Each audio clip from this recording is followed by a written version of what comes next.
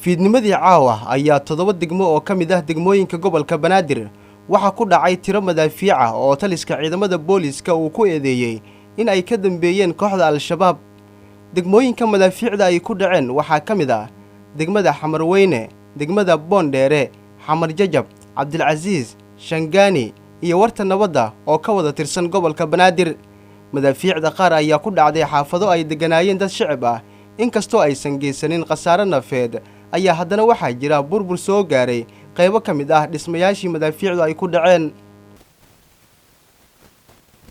taliska ciidamada booliska Soomaaliyeed ayaa faahfaahin ka bixiyay hoobiyaashaasi caawa lagu soo tuuray qaybo ka mid ah magaalada Muqdisho. afyeenka ciidamada booliska Soomaaliyeed Sidiiq Aadan Duudisho oo warbaahinta la hadlay ayaa waxa uu sheegay in ay ahaayeen waxyaabo dheemish ah oo aan geysanin wax khasaare nafeed ah, waxaana uu tilmaamay in ay soconayaan howlgallo lagu baadigoobayo dadkii ka dambeeyay weerarkaasi hoobiyaasha uu ku tilmaamay in ahaayeen waxyaabo dheemish ah oo ay kooxda al-shabaab ku tuureen xaafado ka mid ah magaalada Muqdisho.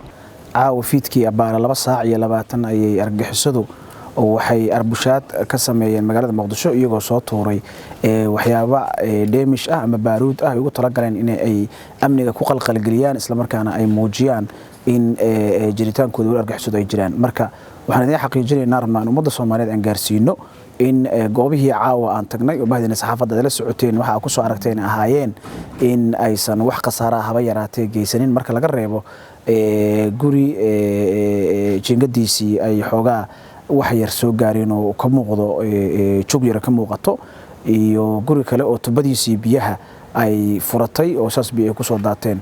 ma jirin wax khasaare inta ka weyn oo uu geystay. marka mana ahayn markii koowaad oo argagixisadu ay baaruudaas dheemishka ah u isticmaasheen dadka ku qalqalgiso isla markaana ay muujiyaan in qaraxyo magaalada ay ka socdaan.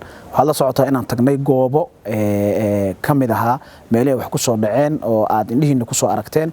marka ma jiraan sida loo malaynayo ma ahan khasaare badan oo uu reebana ma jirto. dhanka kale waxaa jira howlgallo ciidanku markiiba hore u socday isla markaana lagu qaaday isla markii wax soo dhaceenba meelaha la tuhmayo in waxaas ay ka imaan karaan. marka natiijada howlgalkaasna marka uu soo gabagoobo ayaan idin la wadaagi doonaa. wamaasantiin. assalaamu calaykum waraxmatullaahi wabarakaatuh. Zakariya Axmed Muuse, TV-ga Shabeelle, Muqdisho.